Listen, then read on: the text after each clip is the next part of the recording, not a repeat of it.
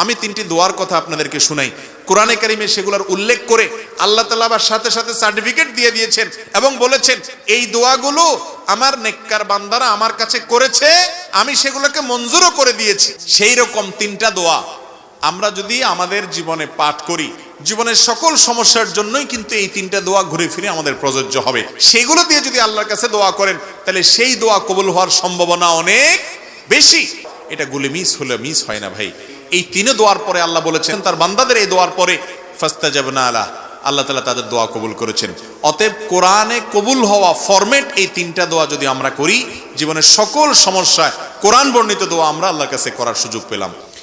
আল্লাহ রাব্বুল আলামিন কোরআনে হাকিমে বলেছেন উদউনি আস্তাজিব লাকুম, তোমরা আমার কাছে দোয়া করো, আমি তোমাদের দোয়া কবুল করব।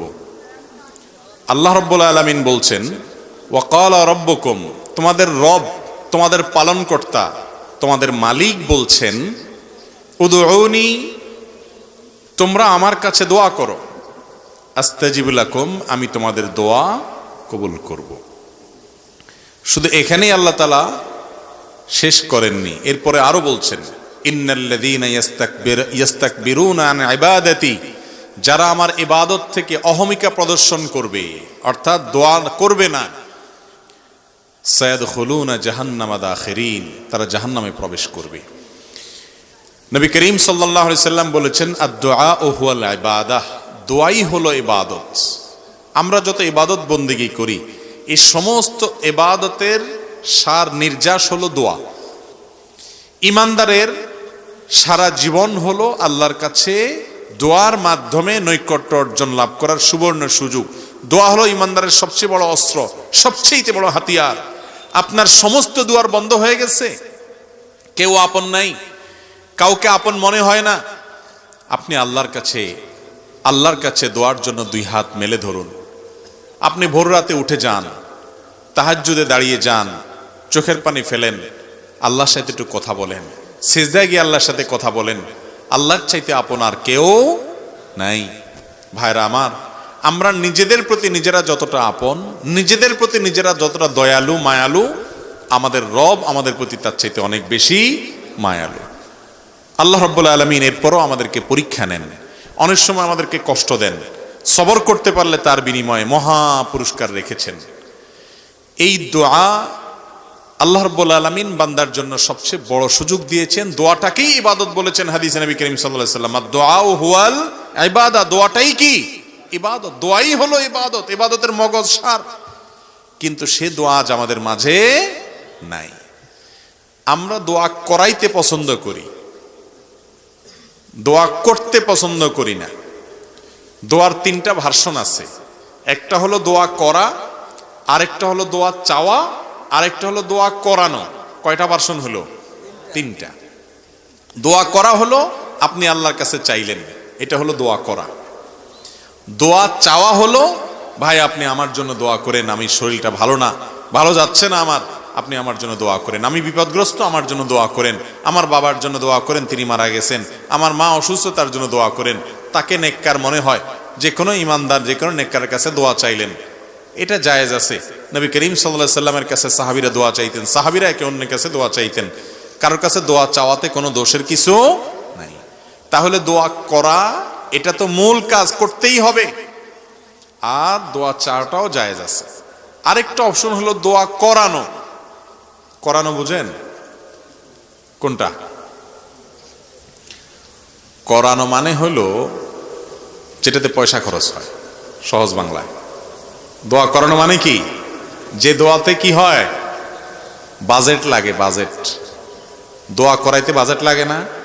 যেমন দোয়া করাইতে জিলাপি লাগবে, মিষ্টি লাগবে, নাস্তার প্যাকেট লাগবে, হুজুরের হাদিয়া লাগবে, আগরবাতি লাগবে, তারপরে আপনার গোলাপ জল লাগবে, বাজেট লাগবে।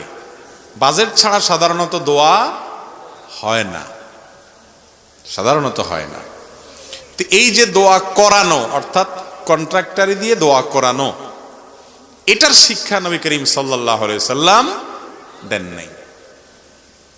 দোয়াটা আল্লাহর কাছে চাইতে হবে নিজে, করতে হবে নিজে, অথবা কারোর কাছে চাইতে হবে, করানো।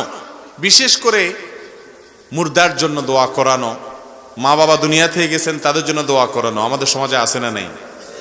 শুধু আছে নাকি? এমন শক্তভাবে আছে যে নামাজ পড়ুক আর না পড়ুক, মা বাপ মারা গেলে দোয়াটা করাইতে মিস করে না। ঠিক না বে ঠিক? নামাজ পড়ার গুরুত্ব বেশি না দোয়া করানোর গুরুত্ব বেশি?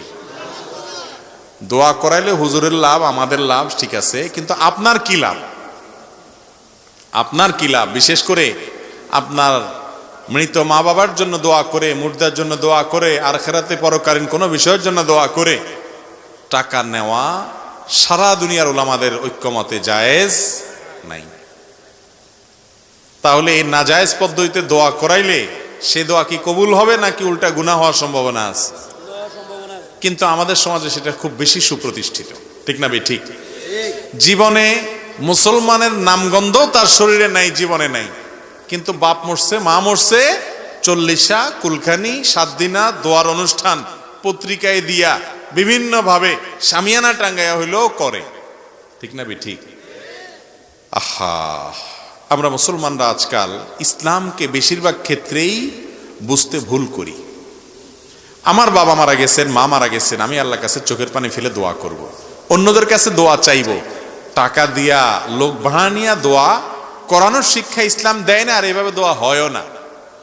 আপনি আমাকে টাকা বাড়াই দিলে হয়তো আমার চোখে পানি একটু বেশি আসবে, এটা ঠিক, কিন্তু ওই পানিয়ে আপনার মা বাবার কোনো উপকারে আসবে? কারণ এই পানি আল্লাহর ভয়ে না, ওইটা টাকার মায়ায়। যে আমলটা সবচেয়ে বেশি করতে হয়, সবচেয়ে পরিমাণে বেশি করা লাগে, সে আমলটাকে আল্লাহ তাআলা করাটাকে সহজ করে দিয়েছেন, যাতে করে বান্দা সব সময় করতে পারে। এই জন্য আল্লাহর জিকির মুখে উচ্চারণ করবেন বা মনে মনে করবেন, এটার জন্য কি ওযু শর্ত? না। বিনা ওযুতে আল্লাহর জিকির করা যায় কি যায় না? কেন? কারণ জিকিরটা সারাক্ষণ করতে হয়। প্রিয় নবী সাল্লাল্লাহু আলাইহি সাল্লামের জীবনে আপনি যদি তাকিয়ে দেখেন, সুবহানাল্লাহ, জিকির ছাড়া তার জীবনে কোনো কাজই ছিল না, পুরো জীবনই জিকির। ঘর থেকে বের হচ্ছেন বিসমিল্লাহ, ঘরে প্রবেশ করছেন বিসমিল্লাহ, ঘুমাইতে যাচ্ছেন দোয়া, ঘুম থেকে উঠে দোয়া, ঘুম ভেঙে গেছে দোয়া, টয়লেটে ঢুকতেছেন আল্লাহর নাম নেওয়া দোয়া, টয়লেট থেকে বের হচ্ছেন আল্লাহর নাম নেওয়া দোয়া, রাতে শোয়ার আগে অনেক দোয়া, সকালে দোয়া, সন্ধ্যায় দোয়া, বাজারে ঢুকতে দোয়া। এরকম ভাবে জীবনের প্রতিটা পদক্ষেপে, প্রতিটা পায়ে পায়ে, প্রতিটা কাজে কাজে দোয়া আর দোয়া, দোয়া আর দোয়া। যেহেতু সারাক্ষণ দোয়া করতে হয়, সারাক্ষণ জিকির করতে হয়, এই জন্য জিকিরেও অজু লাগে না, দোয়াতেও অজু লাগে না। অজু থাকলে ভালো, পবিত্র অবস্থা দোয়া করা অনেক বেশি ভালো, উত্তম। দোয়া কবুল হওয়ার জন্য জোরালো আশা করা যায় অজু থাকলে, কিন্তু বিনা অজুতেও দোয়া করা যায়। কেন? কারণ দোয়া এমন একটা জিনিস যেটা মানুষের সারাক্ষণ করতে হয়। একজন মানুষ শুয়ে আছেন, তিনি এই শুয়ে ঘুম আসছে না, তিনি আল্লাহর কাছে দোয়া করতে পারেন, তার নিজের জন্য, অন্যদের জন্য, জীবিতদের জন্য, মৃতদের জন্য আল্লাহর সাথে কথা বলতে পারেন। দোয়া হলো আল্লাহর সাথে কথা বলার সুযোগ। ভাইরা আমার, এই সুযোগটা আজ আমরা অনেকেই হাতছাড়া করি। ইমানদারের সবচেয়ে বড় অস্ত্রটা আজ অবহেলিত থেকে যায়, আমরা ব্যবহার করি না, সেটা হলো দোয়া। আল্লাহর কাছে দোয়া করবো তো ইনশাআল্লাহ সব সময়। আপনার যদি হালাল উপার্জন থাকে, আপনি যদি হালাল বক্ষণ করে দোয়া করেন, আপনি যদি আল্লাহর কাছে হারাম কোনো দোয়া না করেন, আপনি যদি দোয়া করার পরে হুলস্থুল না করেন কবুল হলো না কেন এই কথা বলে, আপনি যদি আল্লাহর কাছে কায় মনোবাক্যে, অন্তরের গভীর থেকে বিনয়ের সাথে, মনোসংযোগের সাথে, খুশুর সাথে, আন্তরিকতার সাথে আল্লাহর কাছে যদি দোয়া পেশ করেন, দোয়াতে যদি নবী সাল্লাল্লাহু আলাইহি ওয়াসাল্লাম দুরূদ পেশ করেন, আল্লাহর প্রশংসা করেন, আপনার ওই দোয়া গুলি মিস হলেও মিস হওয়ার কোনো কারণ নাই। আপনি দোয়ার উপকারিতা বা ধাক্কা অনেক সময় অনেক পরে দেখবেন। আল্লাহর বিভিন্ন নবী রাসূলদের দোয়ার কথা এই কোরআনে আছে। আল্লাহ রাব্বুল আলামিন উল্লেখ করেছেন, হয়তো কখনো কেউ দোয়া করেছেন কবুল হয়েছে অনেক পরে এসে, আছে না নাই? আমরাও নিজেরা যখন দোয়া করি খেয়াল করবেন, শেখ শারবি রাহিমাহুল্লাহ তিনি একটি কথা বলতেন যে আমরা অনেক সময় দোয়া করার পর দেখা যায় দোয়া করছি আরো 10 বছর আগে, এরপরে আমি ছেড়েও দিছি দোয়া, ভুলেও গেছি দোয়া যে করছি, 10 বছর পরে সেই জিনিসটা পেয়ে গেছি যেটা আমি 10 বছর আগে আল্লাহর কাছে চাইছিলাম। এরকম অনেক সময় হয় কি হয় না? আমরা ভুলে যাই কিন্তু আমাদের মালিক ভুলেন না। এই জন্য বুদ্ধিমান ইমানদার দোয়া করতে থাকবে, দোয়া করতে থাকবে। মানুষের কাছে কিছু চাইলে সে নাখোশ হয়, নারাজ হয়। আল্লাহ রাব্বুল আলামিন এর উল্টা ভাই, যত বেশি চাইবেন তত বেশি তিনি খুশি হবেন, সন্তুষ্ট হবেন। ডিপ্রেশনে ভুগছেন, পেরেশানিতে আছেন, খুব বেশি দুশ্চিন্তায় আছেন, কোনো কিছু ভালো লাগছে না, আল্লাহর সাথে একটু কথা বলেন। আল্লাহ, আপনি আমার সৃষ্টিকর্তা, আপনি আমার মালিক, আপনার কাছে আমার ফিরে যেতে হবে। আপনার কত অবাধ্য হয়েছি, কত নাফরমানি করেছি, কত সীমালঙ্ঘন করেছি, কত নির্দেশ অমান্য করেছি, কত নিষেধ লঙ্ঘন করেছি। আল্লাহ, এগুলোর জন্য পাকড়াও করলে আমার কোনো উপায় থাকবে না। মালিক, এখনো নাকের ডগা নিঃশ্বাস আছে, এখনো ক্ষমা চাওয়ার সুযোগ আছে। আপনি ক্ষমা চাইলে ক্ষমা করে দেন। আমি তওবা করছি, আর কখনো নির্লজ্জ কাজ করব না, আপনার নাফরমানি করব না। আপনি আমার অমুক পাপটা মাফ করে দেন, তমুক পাপটা মাফ করে দেন, আমাকে পাপ থেকে বাঁচায় রাখেন। আল্লাহ, আপনি আমাকে হেফাজত করেন। আপনি হেফাজত না করলে আমি নিজে নিজে বাঁচতে পারবো না। মালিক, আপনি রহম করেন। আল্লাহর সাথে একটু কথা বলেন। আল্লাহর কসম, সালহাতু সঙ্গে বুদি দিল খারাস, আজমুদে এক জামানা খাকে বাস। পাথর হয়ে বহুদিন ছিলেন ভাই, একটু আল্লাহর সাথে কথা বলেন, চোখের পানি ফেলেন, দোয়া করেন। বিশেষ করে ভোর রাতের দোয়া, ভোর রাতের দোয়া, এটা গুলি মিস হলে মিস হয় না ভাই। ডক্টর খন্দকার আব্দুল্লাহ জাহাঙ্গীর রহমাল্লাহর এক বক্তব্য বলছিলেন যে আল্লাহর এক বান্দা ঢাকা শহরে তার একটা বড় দামি জমি অ্যাসেট আছে, এই অ্যাসেটটা কেউ বেদখল করে রাখছে, ঝামেলা করছে, কোনোভাবে সমাধান করতে পারছেন না। বিভিন্ন জায়গায় গেছে, তাবিজ কবজ অনেক কিছু অনেকে দিচ্ছেন, কিন্তু উপকারে আসে নাই। তো স্যার রহমাহুল্লাহর বক্তব্যে বলেছেন যে আমার কাছে একবার এসে বলেছেন যে আপনি একটু বলেন তো কি আমল করব। তো স্যার তাকে শিখাই দিলেন যে আপনি তাহাজ্জুদের সময় উঠবেন, আল্লাহর কাছে সুন্দর করে দুই রাকাত করে লম্বা সময় নিয়ে ধীরে ধীরে রুকু সিজদা বড় করে করে আপনি একটু নামাজ পড়বেন। এরপর তাহাজ্জুদের পরে আল্লাহর সামনে হাত তুলে চোখের পানি ফেলে নিজের অসহায়ত্বের কথা স্বীকার করে, আল্লাহ, আমার কেউ নাই, আমার কোনো বড় পাওয়ারফুল ব্যক্তি নাই, বড় কোনো হ্যালো বলার লোক নাই, পয়সা কড়ি নাই, গায়ের জন্য নাই। আল্লাহ, আমি দুর্বল, কিন্তু আমি আপনার গোলাম, একটা পরিচয় আমার আছে, আপনি আমার মালিক, আপনি আমাকে হেফাজত না করলে কেউ করেন না। একটু ভালো করে দোয়া করেন, চোখের পানি ফেলেন, সেজদায় গিয়ে লুটিয়ে পড়ে আল্লাহর কাছে দোয়া করেন। আকরাবু মা ইয়াকুনুল আবদু মির রাব্বিহি ওয়া হুয়া সাজিদ। বান্দা সবচেয়ে আল্লাহর কাছে যেতে পারে যখন সেজদায় চলে যায়, ওই জায়গায় গেলে দোয়া করেন। লোকটা সেভাবে দোয়া করলেন। স্যার রাহিমাহুল্লাহ তার বক্তব্যে বলেছেন যে কিছুদিন পরেই সে লোকটা আমার কাছে এসে বললেন যে আল্লাহ রাব্বুল আলামিন আমাকে অলৌকিকভাবে, অবিশ্বাস্যভাবে আমাকে আল্লাহ তাআলা আমার এই বিপদ থেকে উদ্ধার করে দিয়েছেন এই দোয়ার মাধ্যমে। আমরা দোয়া করব না আল্লাহর কাছে ইনশাআল্লাহ? দোয়া আজকে বিদায় হয়ে গেছে ভাই, দোয়া আমরা এখন আর করি না। উঠতে বসতে মুখে দোয়া তো পড়বই, আর বিশেষভাবে আল্লাহর কাছে লম্বা সময় নিয়ে একটু কথা বলবো। প্রতিদিন একটা বার অন্তত আল্লাহর সাথে একটু কথা বলতে হবে। চেষ্টা করবো না আমরা সবাই ইনশাআল্লাহ? আল্লাহ তাআলা আমাদের সবাইকে তৌফিক দান করুন। দোয়ার ক্ষেত্রে কোরআন এবং হাদিস যে ফরম্যাট শিক্ষা দিয়েছে, সেই ফরম্যাটের দোয়াগুলোকে আপনি যদি করেন সবচাইতে বেটার, সবচেয়ে উত্তম, কবুল হওয়ার সবচাইতে বেশি সম্ভাবনা। কারণ এই ফরম্যাটটা স্বয়ং আল্লাহর পক্ষ থেকে প্রাপ্ত, রাসূল আকরাম সাল্লাল্লাহু আলাইহি ওয়াসাল্লামের তরফ থেকে প্রাপ্ত। নবীজির সেখানে দোয়াগুলো বেশি বেশি পড়বেন।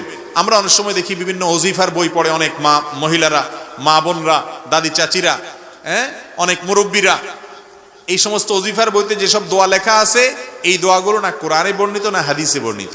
এমনিতে যে কোনো ভাষায় দোয়া করা যায়। আপনি আল্লাহর কাছে বাংলা দোয়া করলেও আল্লাহ কবুল করবেন। আপনার মনে মনে কি বলছেন সেটাও আল্লাহ তাআলা বুঝেন। ওই হুজুর দোয়ার মায়ের পেঁচ বুঝে আপনি বুঝেন না, তারপরও আল্লাহ তাআলা আপনার দোয়া কবুল করবেন। আপনি গুনাহগার, আপনার দোয়া কি কবুল হবে?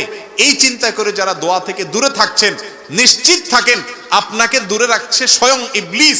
কারণ ইবলিস জানে দোয়ার মাধ্যমে আপনি পাতাল থেকে আকাশে উঠে যাবেন, দোয়ার মাধ্যমে আপনি জাহান্নামী থেকে জান্নাতি হবেন, দোয়ার মাধ্যমে আপনার সাথে আল্লাহর সম্পর্ক গাঢ় হবে, দোয়ার মাধ্যমে আপনার ঈমান মজবুত হবে, দোয়ার মাধ্যমে আপনার ইবাদত প্রকৃত অর্থে ইবাদত হবে।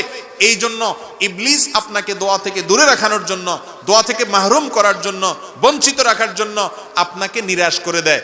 বলে যে না, তোর দোয়া কি কবুল হতে, এত পাপ করছস, এত গুনাহ করছস, তোর দোয়া কি কবুল হবে? এরকম ইবলিস বলে কি বলে না? দোয়া করার ক্ষেত্রে কোরআন যে দোয়াগুলোর কথা বর্ণনা করেছে, বিভিন্ন নবীদের দোয়ার কথা কোরআনে আছে যে তারা এই ভাষায় দোয়া করেছেন, এই শব্দে দোয়া করেছেন, এই কথাগুলো দিয়ে দোয়া করেছেন। আল্লাহ রাব্বুল আলামিন সেগুলোর উল্লেখ করেছেন। সেগুলো দিয়ে যদি আল্লাহর কাছে দোয়া করেন, তাহলে সেই দোয়া কবুল হওয়ার সম্ভাবনা অনেক বেশি। ঠিক তেমনি ভাবে নবী করিম সাল্লাল্লাহু আলাইহি সাল্লাম যে দোয়াগুলো শিক্ষা দিয়েছেন, সকাল সন্ধ্যা সেগুলো পড়বেন, রাতের ওজিফা হিসাবে সেরকম হাদিসে বর্ণিত দোয়াগুলো পড়বেন, ওইগুলো কবুল হওয়ার সম্ভাবনা অনেক বেশি। আর ওজিফার কোনো দোয়া যদি থাকে, সেগুলোর অর্থের মধ্যে খারাপ কিছু যদি না থাকে, পড়তে পারেন। কিন্তু আপনার সামনে এ ক্লাসের সুযোগ আছে, কোরআনের দোয়া, হাদিসের দোয়া যেটা কবুল হয়ে গেছে অলরেডি, সেগুলো কবুল হওয়া দোয়াগুলোকে আপনি বেশি বেশি পাঠ করবেন, সেটা হলো অধিক বুদ্ধিমানের কাজ। আমি 3টি দোয়ার কথা আপনাদেরকে শুনাই। কোরআনে কারিমে সেগুলোর উল্লেখ করে আল্লাহ তাআলা আবার সাথে সাথে সার্টিফিকেট দিয়ে দিয়েছেন এবং বলেছেন, এই দোয়াগুলো আমার নেককার বান্দারা আমার কাছে করেছে, আমি সেগুলোকে মঞ্জুরও করে দিয়েছি। সেই রকম 3টা দোয়া আমরা যদি আমাদের জীবনে পাঠ করি, জীবনের সকল সমস্যার জন্যই কিন্তু এই 3টা দোয়া ঘুরে ফিরে আমাদের প্রযোজ্য হবে। তার একটা হলো কঠিন বিপদে, কঠিন মুসিবতে রক্ষার যখন কোনো পথ খোলা নেই, দেয়াল যখন পিঠের সাথে লেগে গেছে, এরকম সময়ে আমরা দেখেছি আল্লাহর একজন নবী ইউনুস আলাইহিস সালাম আল্লাহর কাছে কিছু বাক্য বলে প্রার্থনা করেছেন। আল্লাহ তাআলা তাকে বিপদ থেকে উদ্ধার করেছেন। কি দোয়া ছিল সেটা? ফানাদা ফিজ জুলুমাত, মাছের পেটে থেকে, অন্ধকারের মধ্যে থেকে, যেখানে মৃত্যু সুনিশ্চিত, সেই জায়গায় তিনি অবস্থায় আল্লাহর কাছে দোয়া করেছেন, আল্লাহ ইলাহা ইল্লা আনতা সুবহানাক ইন্নী কুনতু মিনাজ জালিমিন। দোয়া করে বলেছেন, আল্লাহকে আহ্বান করে ডেকে বলেছেন, ও আল্লাহ, লা ইলাহা ইল্লা আন্ত, আপনি ছাড়া কেউ সত্যিকারের মাবুদ নেই, ইন্নী কুনতু মিনাজ সুবহানাক, আপনার পবিত্রতা বর্ণনা করছি, ইন্নী কুনতু মিনাজ জালিমিন, আমি হলাম জালিমদের অন্তর্ভুক্ত, আমি নিজের প্রতি নিজে অবিচার করেছি, আমি নিজে ভুল করেছি। আল্লাহর কাছে এই দোয়া করে, এই বাক্যগুলো বলে আল্লাহর কাছে দোয়া করেছেন কে? ইউনুস আলাইহিস সালাম। লা ইলাহা ইল্লা আনতা সুবহানাকা ইন্নী কুনতু মিনাজ জালিমিন। আল্লাহ তাআলা এই দোয়া উল্লেখ করার পর বলছেন, ফাস্তাজাবনা লাহু ওয়া নাজ্জাইনাহু মিনাল গাম। এই দোয়া করার পর আমি তার ডাকে সাড়া দিয়েছি, ইউনুসের ডাকে সাড়া দিয়েছি এবং তার বিপদ থেকে তাকে উদ্ধার করেছি। এর পরের অংশটা বেশি গুরুত্বপূর্ণ আমাদের জন্য। এরপরে আল্লাহ বলছেন, ওয়াকাযালিকা নুনজিল মুমিনিন, যেভাবে ইউনুস আলাইহিস সালামকে রক্ষা করেছি, একইভাবে ঈমানদারদেরকে, কিয়ামত পর্যন্ত আগত ঈমানদারদেরকে বিপদ থেকে রক্ষা করব এই দোয়ার মাধ্যমে। কোন দোয়ার মাধ্যমে? দোয়া ইউনুসের মাধ্যমে। যে কোনো বিপদে পড়ে গেছেন, কোরআনে বর্ণিত কবুল হওয়া দোয়া, নিশ্চিত আল্লাহর কাছে গ্রান্টেড কবুল হওয়া দোয়া, আল্লাহর নবীর দোয়া আল্লাহ কবুল করেছেন, সেটা আল্লাহ জানিয়েও দিয়েছেন। আবার ঈমানদার বান্দারা করলে সেটাও কবুল করবেন, ওয়াদা করেছেন। শুধু তিনি ওয়াদা করছেন তা নয়, নবী করিম সাল্লাল্লাহু আলাইহি সাল্লাম বলেছেন, আল্লাহর কোন বান্দা যখন ইউনুস আলাইহিস সালাম এর দোয়া, লা ইলাহা ইল্লা আনতা সুবহানাকা ইন্নী কুনতু মিনাজ জালিমিন, এটা মূলত আল্লাহর প্রশংসা মাখা একটা বাক্য, যেটার মাধ্যমে দোয়াও লুকায়িত আছে, আল্লাহর কাছে প্রার্থনা আছে এর মধ্যে অন্তর্নিহিতভাবে। এই বাক্যের মাধ্যমে যে ব্যক্তি দোয়া করে, নবী করিম সাল্লাল্লাহু আলাইহি সাল্লাম বলেছেন, সে দোয়া কবুল না হয়ে পারে না।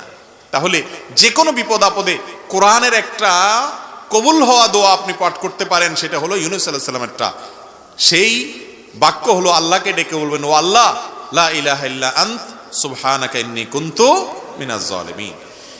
মানুষের জীবনে আরেকটা বড় সমস্যা হলো অসুখ বিসুখ, দুরারোগ্য ব্যাধি, এমন মুসিবত, এমন অসুখ, যে অসুখ থেকে আরোগ্য লাভের কোনো উপায় আমরা খুঁজে পাচ্ছি না।